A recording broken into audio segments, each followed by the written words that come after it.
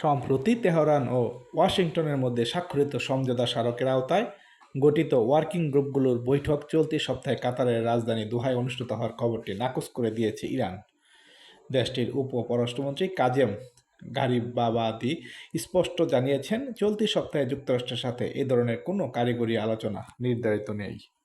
ইরানের জ্যেষ্ঠ এই কূটনৈতিক ও আলোচনা দলের অন্যতম প্রধান সদস্য সাংবাদিকদের বলেন, দোহায় শিগগিরই কারিগরি আলোচনা শুরু হওয়ার বিষয়ে সংবাদ মাধ্যমে যে খবর প্রচার হয়েছে তার কোনো সত্যতা নেই। তিনি জোর দিয়ে বলেন, চলতি সপ্তাহের জন্য ওয়ার্কিং গ্রুপগুলোর কোনো কারিগরি বৈঠক নির্ধারিত হয়নি। তবে গারিবাবাদি উল্লেখ করেন, মধ্যস্থকারী দেশগুলোর মাধ্যমে আলোচনা অব্যাহত রয়েছে, বিশেষ করে ইসলামাবাদ সমঝোতা স্মারকের অধীনে প্রতিপক্ষের প্রতিশ্রুতিগুলো বাস্তবায়নের অগ্রগতি নিয়ে কাতারের সাথে আলোচনা চলছে।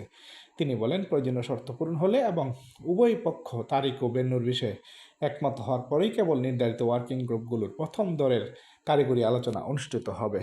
এর আগে মার্কিন প্রেসিডেন্ট ডোনাল্ড ট্রাম্প তার সামাজিক যোগাযোগ মাধ্যম ট্রুথ সোশ্যালে এক পোস্টে দাবি করেছিলেন, হরমুজ প্রণালী সহ বিভিন্ন দ্বিপাক্ষিক বিরোধ নিষ্পত্তির লক্ষ্যে মঙ্গলবার দোহায় দুই পক্ষ আলোচনায় বসবে।